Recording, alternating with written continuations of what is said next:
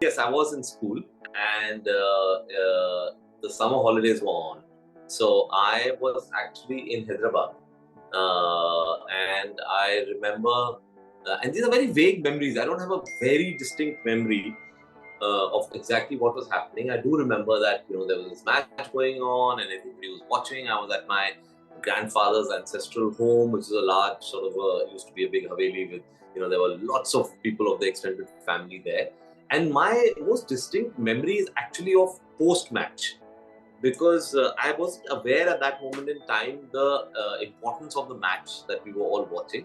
And I was wondering why everyone has gone mad. I was wondering why grown-up men in my family have started crying.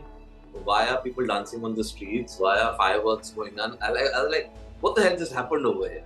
So for me, that's that one memory from childhood when I was in school. And I said, when I'm making the film,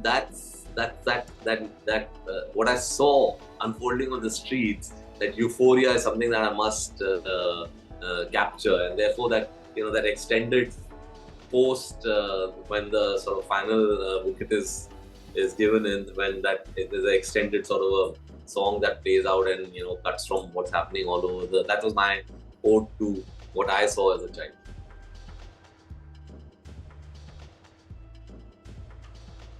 What drew me to the story is what draws me to any other story. I just thought it's an incredible human story. I just thought it's an incredible story of the triumph of the human spirit. For me, after some point, the cricket was incidental. Because what really matters is how this team, literally this bunch of boys, I call them a bunch of boys because they were really young. I mean, Kapil was all of 24 at that point in time, is how they sort of literally pulled each other and, rose to the occasion. And I've often said that you could replace the cricket with kabaddi, but what stands is the human story. Of course, in our country, given that it's cricket and it's cricket at that level, of course, it's a bonus, and therefore the kind of love that one received for the film and is obviously because of the cricket backdrop. But what drew me as a storyteller is just this classic underdog story, and a story that makes your heart swell. And I've realized now when the film is released, it's not just people have messaged me from China and Pakistan and said, it's not even our country. Why are we crying at the end of the film? Because I think it's that common universal appeal of the triumph of an underdog, and it doesn't matter which country you belong to. It's literally just seeing of the story of how these people achieved that makes your heart swell and makes you cry.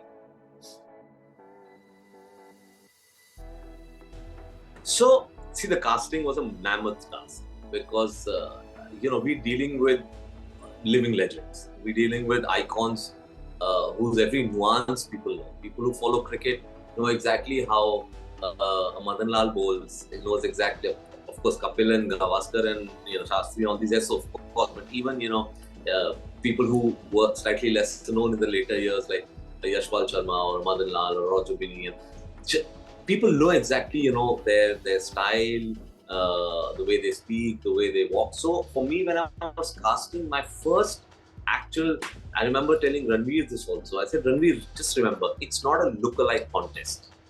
We are not going to get, brownie points for creating lookalikes. You have to completely get the persona of these characters, and that's what really worked.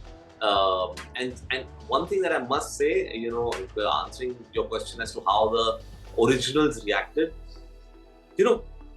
many of us have made biopics. I'm sure I'll make more biopics ahead. Biopics have been made before this, but I can tell you something that nobody, and including me, I think, will ever have the experience that I had in '83 with this team. It was the amount of warmth and open-heartedness that I saw with them, how they embraced each boy who was playing them on screen, how they took them under their wings, how they trained them.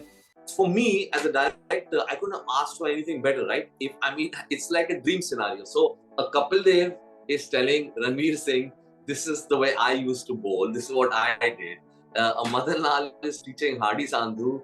This is the way my action was. I mean, for me, I was living out a dream, right? So it was amazing, and that bond still continues. I'm chatting with some of them, especially couples, almost every month. On the 25th, we all sitting together for dinner. And the actors will also be there. So I think the film ATC created this new family where it was not just the originals, and now the second generations of those who portrayed them on screen has also become part of the extended family. And as I said, it's all because of just the generosity or spirit of the originals.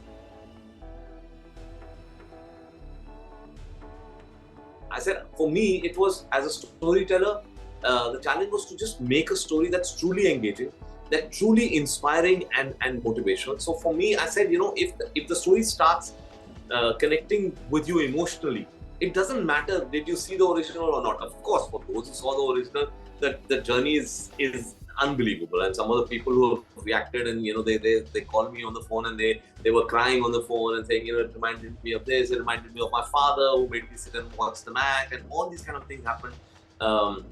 But surprisingly, post-release, what I've been actually very pleasantly surprised by is the way the youngsters, and I'm talking about the age group of literally 7 to 15, that has reacted to the film.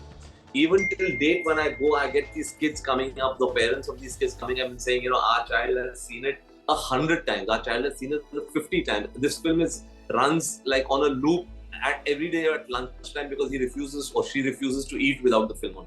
So that's been an incredibly pleasant surprise for me, and it just goes to show that you don't need to necessarily know the context, as long as the film in its emotions reaches out to you and connects with you, and then everything else follows. Then they start googling on their own. I mean, I've had kids coming to me and saying that Kapil Dev was so good, why doesn't he play IPL?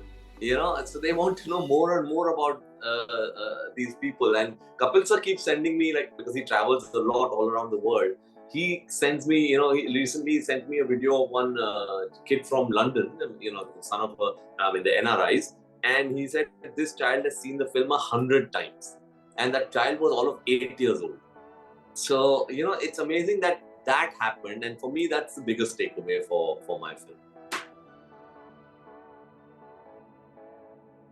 I researched for this film for 2 years, more than 2 years actually, because unfortunately, I realized that as a country, we don't really archive things very well.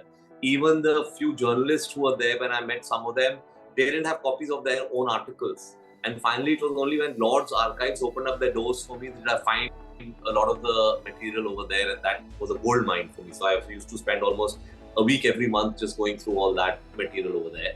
And fortunately, I had the privilege of having the originals with me. So I would sit and I would just keep going through, like with Kapil Dev, I went through the entire script, made him read the script, 2-3 times, recorded him, and every time. So if I asked him a question, what happened that day, he said, "Yaar, kabhi mere ko kaise yaad hoga? It happened like 26 years ago." Then when I wrote the scene and I would put it in front of me, suddenly it would jog his memory and say, "Arey yahan maine ye bola tha, yahan maine aise bola tha, yahan Roger ne ye bola tha." So some of the conversations, Ryan, are verbatim the way they happen in reality, and that's something I'm really, really proud of. Almost I would say 40% of the scenes are word by word what was uttered in those places, and the others, of course, we had to sort of maybe shorten them or put a little more drama in them. So that's something I'm really proud, that the level of detail, the attention to detail in terms of not just the props and the clothes, and even in terms of if you notice, the clothes they used to wear, there was no one uniform. They all wore different white trousers and different shirts. So there are some very unique things. For example, if you notice, every time Roger Binney bowled, his sleeve would open up, and then he would fold it up again. Then he would bowl, again it would open up. Now, it looks okay, but it's easier said than done. We tested 8 fabrics to see which fabric will finally do that. And the fabric we finally did it. We took a fabric, we washed it like 10 times over, made it soft, then made a shirt for him, and made our actor bowl and open up. So that's the level of detailing I had to go into. honestly, I think we just could not for the life of us get a man who could portray Lala Amarnath. Lala Amarnath is such a legend, and that voice and that personality, I went through at least 50 to 60, older men.